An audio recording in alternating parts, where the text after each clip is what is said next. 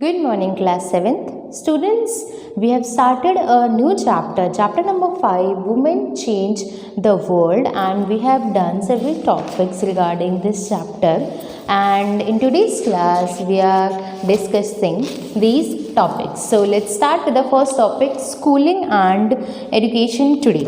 तो पिछली क्लासेस में हम लोगों ने ये देखा था कि जो वुमेन की कंडीशन है वो ज़्यादा अच्छी नहीं है, उन्हें एक तरीके से प्रीजुडाइज किया जाता है, पहले से उनके बारे में धारणा बना ली गई है कि उनका क्या काम है और मेन का क्या काम है, वुमेन्स का क्या काम है, डिस्ट्रीब्यूशन कर दिया गया है उनके काम को। अगर वो काम काज या वर्किंग वुमेन्स होती हैं तो उनके काम की रेस्पेक्ट नहीं है। तो ऐसे बहुत सारे एग्जाम्पल्स हमें अच्छे वे में भी देखने को मिले थे। हम लोगों ने 2 एग्जाम्पल्स देखे थे, 2 लेडीज़ के एग्जाम्पल्स देखे थे। अब उसके बाद हम ये देखेंगे कि आज क्या चेंजेस आए हैं हमारी सोसाइटी के अंदर। So let's start with today's topic. आपको क्या करना है, अपनी बुक को अपने साथ रखना है ताकि जो भी हम रीड कर रहे हैं वो आप भी रेगुलरली उसके साथ टच में रहें एंड उससे ज़्यादा अच्छे से समझ में आएगा। So let's start. A census is held every 10 years in India to find out the population, various aspect of population, literacy etcetera. So हर 10 साल में जनगणना या फिर अगर हम बोलें तो सेंसस कराए जाते हैं। सेंसस का मतलब है कि हर 10 साल में ये देखा जाता है कि 2001 पहले 2001 में पॉपुलेशन की जो काउंटिंग है वो करवाई गई थी। नाउ उसके बाद 2011, अब 2021 में थोड़ी बिकॉज ऑफ कोविड थोड़ी डिले हो चुकी है, अदरवाइज 2021 में भी नए आंकड़े जो होते हैं वो पब्लिश कर दिए जाते हैं। तो हर 10 साल में ना पूरी इंडिया की पॉपुलेशन काउंट की जाती है, कितने मेन, कितने वुमेन, कितने वर्किंग, कितने बच्चे, कितने साल से कितने साल के बच्चे, एंड कितनी लिटरेसी है, मतलब कितने पढ़े लिखे हैं वो, बहुत सारी चीज़ें उसके अंदर इंक्लूडेड होती है। कितने गांव में रहते हैं, कितने शहर में रहते हैं, एंड किसके कितने बच्चे, मतलब आपके घर में भी अगर काउंटिंग होगी तो आपके घर में भी लोग आएंगे, उनके पास बड़ा सा रजिस्टर होता है, वो सारी चीज़ें नोट डाउन करके लेके जाते हैं। तो हर 10 साल में ये सारी चीज़ें होती हैं। एज पर 1961 सेंसस, तो ये 1961 के सेंसस मतलब 2001 फिर 91 उससे पहले, तो हर 10-10 साल में हो रही है। तो 61 के सेंसस के according about 40% of males were literate.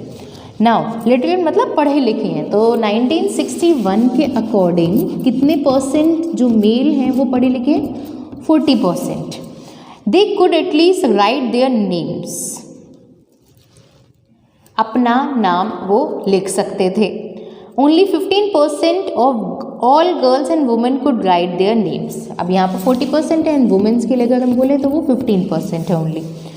In the latest census means अभी हाल फिलहाल में 21 का तो आया नहीं है, तो लेटेस्ट क्या होगा? 2011 के सेंसस होंगे। 2011 के सेंसस में 82.14 mails and 65.46 females.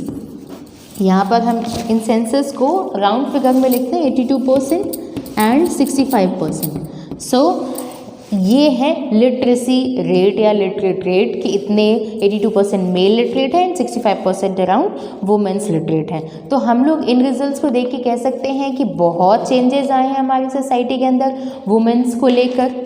The results of the 2 census tell us that the literacy rates for both males and female have increased.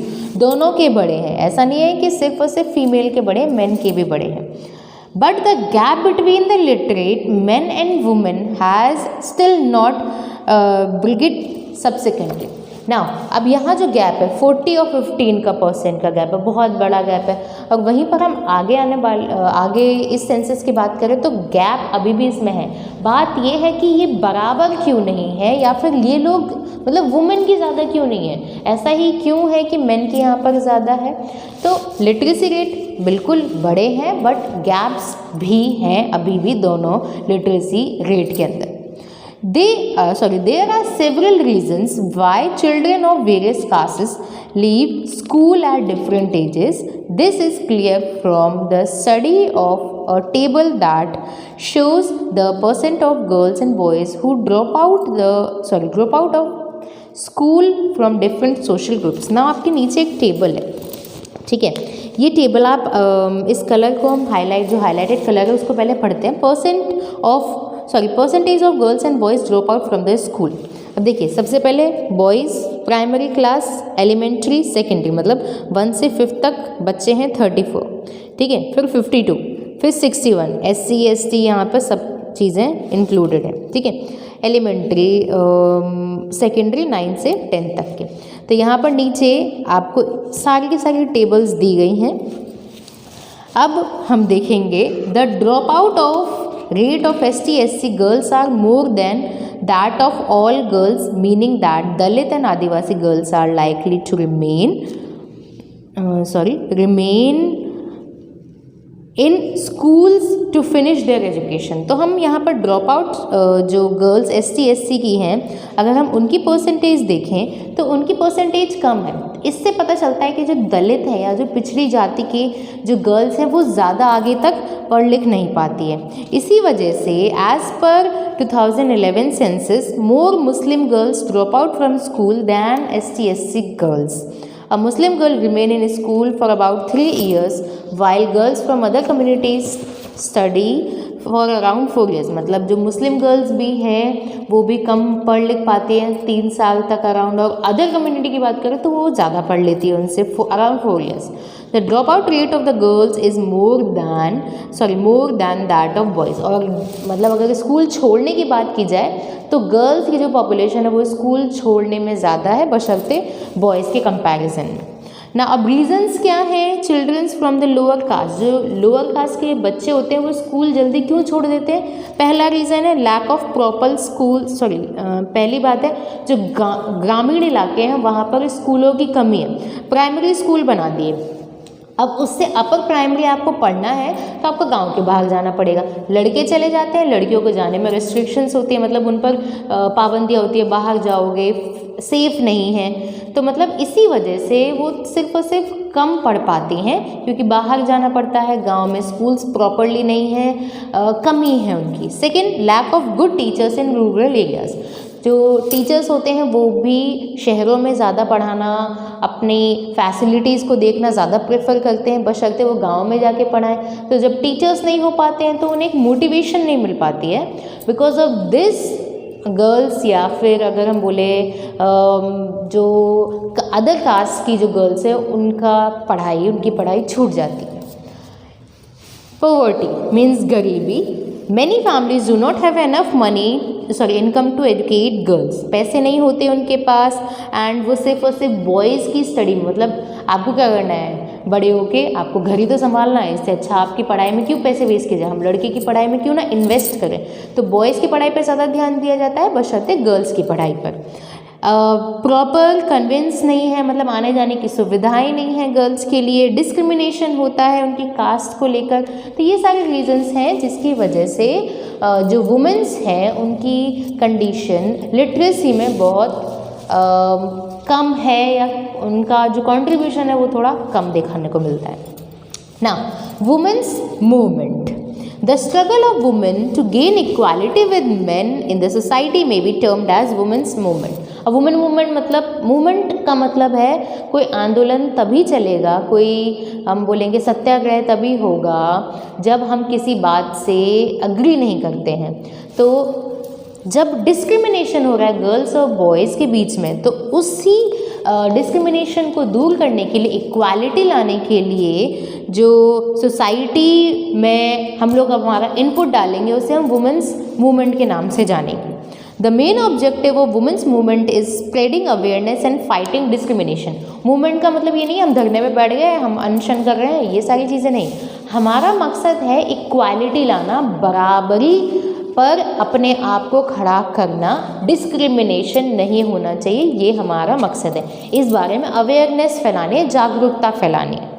It also tries to seek justice and equal status in society। हम क्या चाहते हैं? हम न्याय चाहते हैं। अगर कोई चीज़ है, मतलब कोई जॉब है और उसके लिए गर्ल एंड बॉय दोनों की क्वालिफ़िकेशन बराबर है, तो हम ये चाहते हैं कि एटलीस्ट ये तो हो कि हमको उस जगह पर जाने की परमिशन दी जाए। हमें एटलीस्ट फाइट तो करने थे, हमें पहले ही हार मान के बैठना पड़ता है। तो जस्टिस इक्वल स्टेटस चाहिए सोसाइटी के अंदर, कोई बड़ा छोटा नहीं है सोसाइटी में। हमें कॉन्स्टिट्यूशन ने इक्वालिटी, राइट टू इक्वालिटी दी है, तो हम क्या चाहते हैं, डिस्क्रिमिनेशन ना हो। Its aim is to fight violence against women and protect women against sexual harassment at workplaces। अब ज़रूरी नहीं है कि घर में ही उनके साथ अत्याचार हो रहा है। अत्याचार अगर हम वायलेंस को बोले दो तरीके से होता है, एक तो मारपीट से, और एक वो तो हो गया फिजिकल वायलेंस कि आपने मतलब किसी के हस्बैंड अगर वाइफ को मार रहे हैं, वो हो गया फिजिकल वायलेंस, जो कि बिल्कुल नहीं करना चाहिए। दूसरा है मेंटल वायलेंस, मेंटली वीक, कुछ बुरा भला बोलना, वो भी एक वॉयलेंस के अंदर आ जाता है। तो ये सिर्फ घर में नहीं होता है, ऑफिसेज में भी होता है। आपने एक काम के लिए मतलब क्वालिफाइड वुमेन भी है, आपने काम किसको दे दिया, बॉय को दे दिया, तो भाई आप सबसे पहले ये तो देखें कि इक्वालिटी हो रही है नहीं हो रही है। हैरेसमेंट है ये तो कि आप बेमतलब में उनको परेशान कर रहे हैं, आप उनको सैलरी इक्वल पे नहीं कर रहे हैं, आप उनसे काम नहीं लेते हैं जबकि वो इक्वली क्वालिफाइड है। तो ये सारी चीज़ें हम वुमेन्स मूवमेंट के अंदर लाएंगे कि हमें क्या चाहिए, इक्वालिटी चाहिए। Now campaigning, many organisations of women are spreading awareness against domestic violence. अभी जो मैंने फिजिकल एंड मेंटल वायलेंस की बात की, जैसे घरेलू, घर में हिंसा हो रही है वो घरेलू हिंसा है। डोमेस्टिक वायलेंस अगर किसी के हस्बैंड या फिर अगर मेल पर्सन अगर फीमेल को परेशान करते फिजिकली मेंटली, वो डोमेस्टिक वायलेंस के अंदर आता है। तो कैंपेन्स चलते हैं, मतलब वुमेन्स हैं कैंपेन चला रही हैं ताकि जो घर में अत्याचार हो रहे हैं औरतों पर वो ना हो, and some of them are supported by men. अब गवर्नमेंट भी ऐसे स्ट्रिक्ट एक्शंस ले रही है, जैसे the national, first point is the national commission for women was set up by an act of parliament in 1990 to safeguard the rights and legal entitlement of women। National commission बिठा दिया गया है women's के लिए 1990s में ही, ताकि उनके जो अधिकार हैं, लीगल एंटाइटलमेंट्स हैं, उसको बचाया जा सके कि जीवन जीने का अधिकार हमें भी है। भाई आप हमें मारने वाले होते कौन है।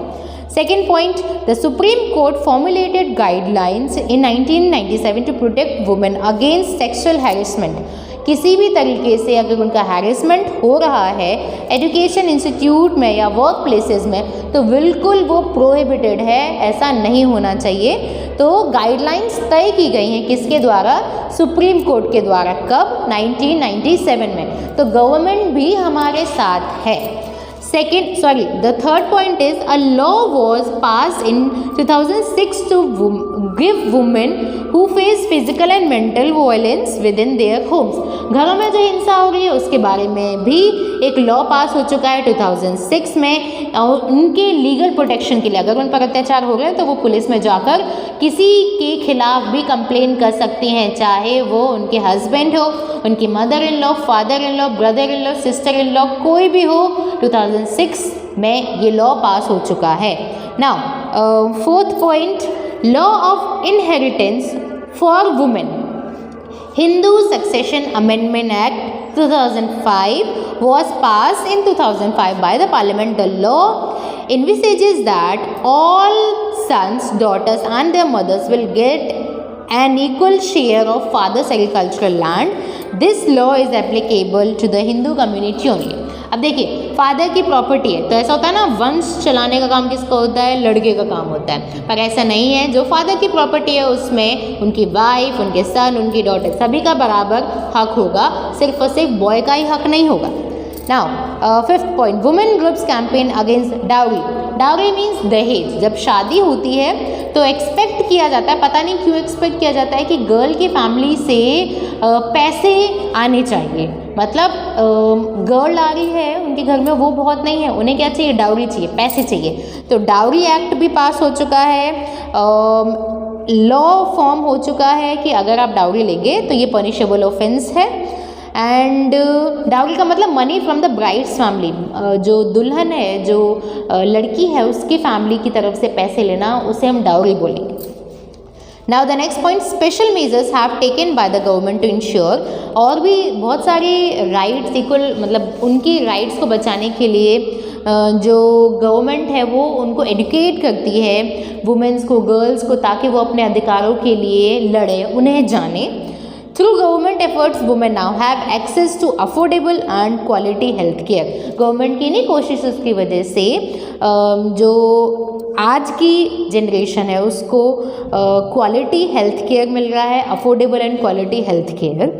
Strict measures have taken to check child marriage, जैसे बाल विवाह. जो गर्ल की एज है वो 18 है, बॉय की एज है 21. इससे पहले न गर्ल शादी कर सकते ना बॉय शादी कर सकता है, पर फिर भी बहुत सारे जो विलेज एरिया हैं उसमें 13-13, 10-10 मतलब 6-6 साल के बच्चों की भी शादियाँ हो जाती हैं. तो यहाँ ये देखा जाता है, गवर्नमेंट इस बात को इंश्योर करती है कि बाल विवाह ना हो, चाइल्ड अब्यूज़ ना हो एंड फीमेल इन्फेटिसाइड मतलब भ्रूण में जो बच्चों को मार देते हैं, स्पेशली गर्ल को मार देते हैं, ये भी ना हो.